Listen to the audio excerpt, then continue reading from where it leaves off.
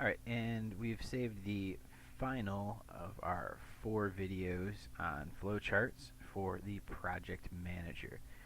The project manager position seems to have not a lot on their flowchart, primarily because they have a great responsibility to their group in the organization process and maintaining group momentum, making sure that meetings happen, that they're scheduled, and that everybody in their group really knows what they're doing on a day-to-day basis and stays on task.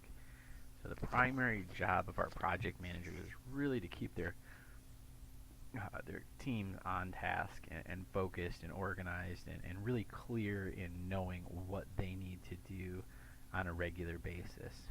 Project managers generally are not going to step in too much to do a lot of the physical typing or script design or graphics design. They have different responsibilities. So this project flowchart kind of organizes those things a little bit better for you to see. So the first thing that the project manager is responsible for is what's called process organization. They have to have a very organized list of what is going to happen, how it is going to be graded, when it's going to happen, who is going to be responsible for it, and keep track of all these evaluation checkpoints. The other thing that they're responsible for is physically giving the final presentation. So that means that they're going to have to rehearse the presentation, practice their lines. Most of this will have to be memorized. There's not going to be any cue cards, or any reading off of cue cards. This will be very important for the final grade for the project manager, is to make sure that it's not being read off of cue cards, but that they're actually speaking about the process that their group went through to create the game and why their game is interesting or stands out in some way. So they're going to have to really be involved with the whole process and the whole group and their creation of this game in order to stand up in front of the Shark Tanks at the very end of the year and really sell their product. So the first part of the process organization is to create the timeline of activities. Now this timeline will be created actually in the first and second classes. So they'll have a start of what their timeline is, even though this timeline will likely change at several different points throughout the project. But they at least need to have, here's how many weeks we have left till the end of the year, and here's how we think we're gonna break activities up. And then as they go through the process, they will kind of alter and adjust those timelines, make due dates earlier, make due dates later, once they have a better hold on how their game is coming together and what areas they're perhaps struggling with, or what areas they're ahead of schedule and they need to get a little bit more done so they have more time at the end. So one of the things that's going to show up on their timeline is their meeting schedule. Not all of this assignment's work is going to be finished in a single 45-minute class once a week, especially with holidays that come up, inclement weather.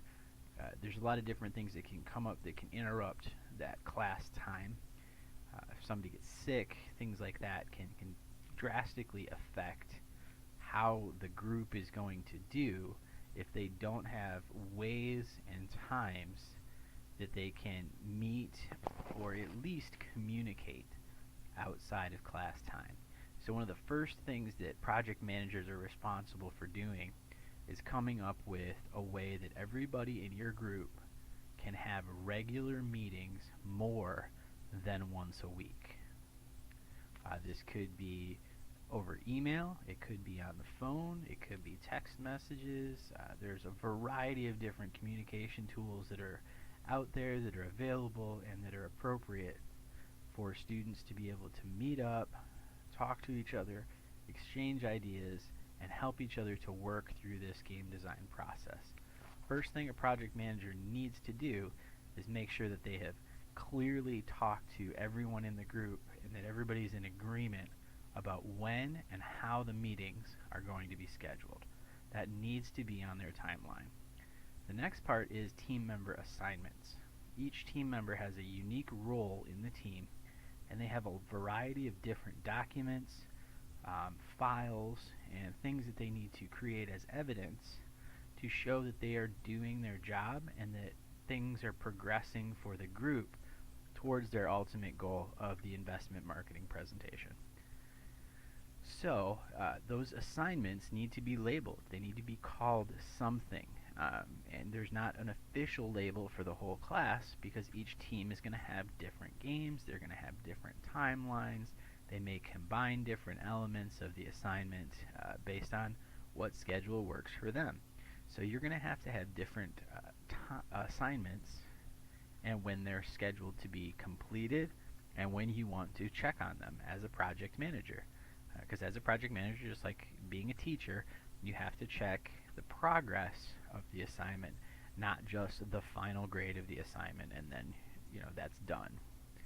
So on your timeline, you're going to want to have names for different assignments, a meeting schedule, and the last part, which I briefly touched on a moment ago, is the evaluation checkpoints. When are you going to evaluate the different stages of those assignments? Are you going to look at them 2 times before you collect the final? Are you going to look at them 1 time? Are you going to look at them 5 times? And then when and where and how are your group members going to turn those assignments into you to check them? The last part under process organization is your evaluation procedure. You will need to come up with your own group rubric. What are you going to use to evaluate those different assignments? Because you're creating your own assignments, what are the criteria that you have for turning in a perfectly completed assignment that will help your group to create the best product? At the end of all that process organization, you're going to have your evaluation reports. Those evaluation reports are going to be turned in to your editor to collect. You're also going to have to look at each of the different jobs along the way through that. The last part that you have is going to be your team presentation. Now your evaluation reports and your personal notes throughout the meetings and observations working with your team is going to create what you call your process summary.